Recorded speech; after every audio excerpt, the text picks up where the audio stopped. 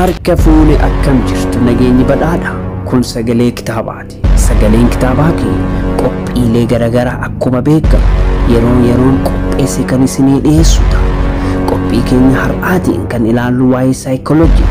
Hamma xumura qophii keenyaatti nu faana turaan affeerraa keenya.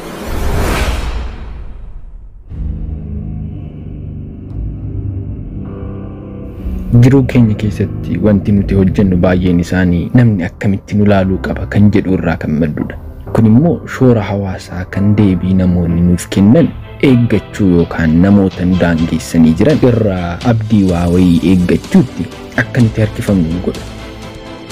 Ijoolleen amala isaanii barreeffachuun, sirreeffachuun jaalala maatii isaanii irraa argachuuf dhama'uu danda'u. Namni wayii hiriyoota isaa biratti kabaja guddaa fi fedhii an isiniif jedha jedhu qabaachuuf jecha isaan wajjin osoo walitti hin bu'iin nagahaan turuu danda'a. Akkasumas namni ogummaa qabu ogummaa isaa kana guddifachuuf asiif achi jechuu danda'a. Namoonni isa beekan darbeeraaf milkaa'eera jedhanii akka isaan isa ilaalaniif jecha kana hunda gochuu danda'a. Baay'een keenya fudhatamummaa ni feena. Yaada gaarii namootaa ni barbaanna.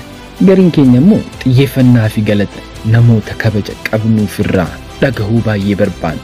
Eenyummaan keenya, namummaan keenya kan ijaaramu faayidaan nuti namoonni akkamittiin waan nuti dubbannuu fi waan nuti hojjennu ilaalu kan jedhu kanarraa. Kanumaafidha namoota akkamii wajjin akka oolaa jirruu fi dabarsaa jirru sirriitti ilaaluun kan nu barbaachisuuf. Sababni isaas namni nuti wajjin oolaa jirruu fi dabarsaa jirru nama nuti yeroo hunda isa gammachiisuuf asiif achi kaannuufidha.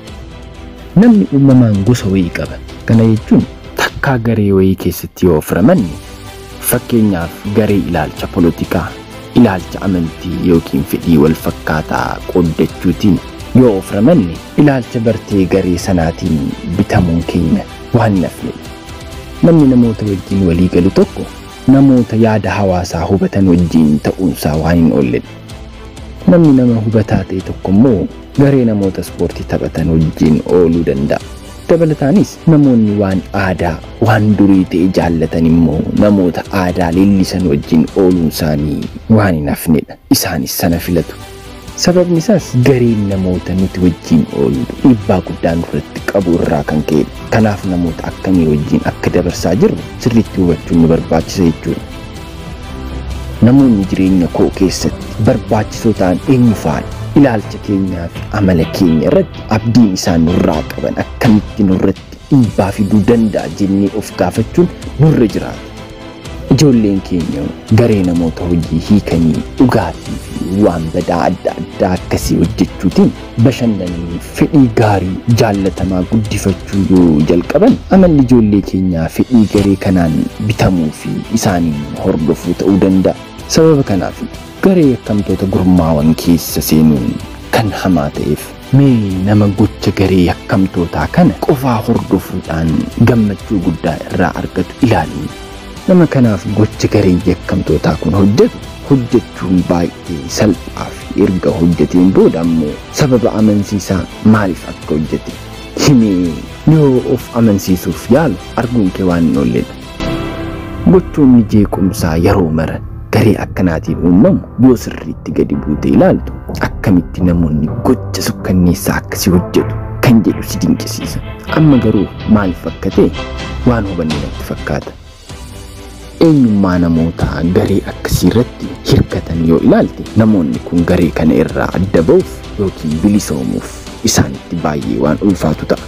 Kanaaf obboleessa ko eenyu akka taane nama akkamii ta'u akka barbaannuu fi gatii akkamii akka qabaachuu qabnu sirriitti hubachuun nu barbaachisa jechuudha. Dabalataanis nama dhugaa ta'e eenyummaa keenya isa dhugaatiin nu fudhachuu danda'u barbaaduun nurra jiraata. Kan namummaa keenya sobaa isaan gammachiisuuf qofa wixxifatu osoo hin taane. Galatoomaa. Yaada chaanaalii keenya irratti qabdan koomentii jalatti nuuf barreessaa. Like, share, subscribe gochuu keessan hin dagatina. Horaa bulaa. Harka fuune akkam jirtu nageenyi badhaadha. Kun sagalee kitaabaati. Sagaleen kitaabaa keenya qophiilee garagaraa akkuma beekamu yeroon qopheesse kan isinii dhiyeessu ta'a.